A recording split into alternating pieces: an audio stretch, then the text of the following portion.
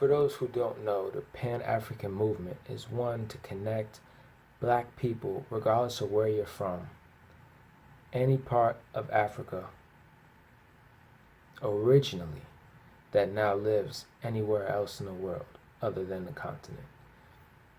The Pan-African movement was designed to make black people woke and reconnect themselves with their ancestors, with their heritage, because it has been taken from us. So, I mean, like the Black Lives Matters movement, it also is designed to uplift and to reunite black people. And it's not just black people. It's a state of mind. So it's not limited to just, it's not some specific clique, some tight clique.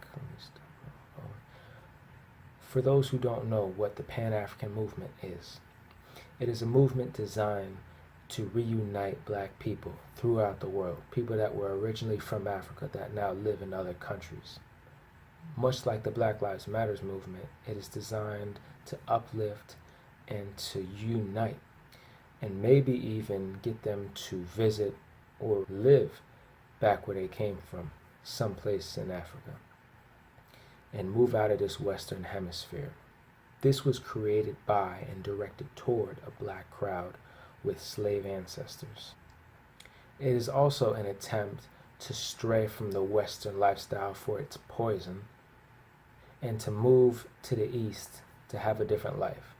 The movement was started in the early 1900s by black leaders of the West such as W.E.B. Du Bois, and gained popularity amongst black people in the Americas and the Caribbean who are and or were oppressed.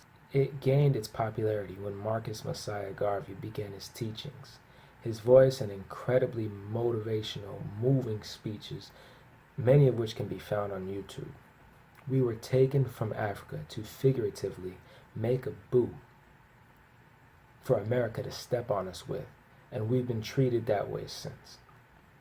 We were brought here to construct this country's labor by the worst kind of man, and I don't mean white people, but that kind of mentality, the step on other people to reach what you want kind of mentality, which still resides in this country to this day. This concept may be a stretch for most people thinking this way, but I'm not any Malcolm X wannabe who's trying to say that white man is the equivalent of Satan. But all I'm saying is we were stolen from our homes. Men, women, children, stolen and brought to foreign parts of the world. We were in peace in Africa with everyone. Back then, things were very different. The greatest continent on the earth, where math, science, civilization were all formed. Where countries, to this day, still stand on the shoulders of the people there and oppress them, give them pennies on the dollar for diamonds, gems, oil, and other resources that can only be found in Africa. And them countries give these people nothing for it. While our politicians in America lie to us about what's in our food and cosmetics, what's good for you, what's bad for you. And I'll get into that in another video. I'll make that my next one. But this movement was just to connect people, reunite people. You don't have to be black to want to reunite with the rest of the people. And I personally am excited for my journey back to Africa. I'm not sure where I want to go yet. It's between Ethiopia, Shashamane, and Kenya. Love to go to those tourist places like Victoria Falls in Zimbabwe, or South Africa, Ghana. That's where they say a lot of these people who were taken were from on the East Coast.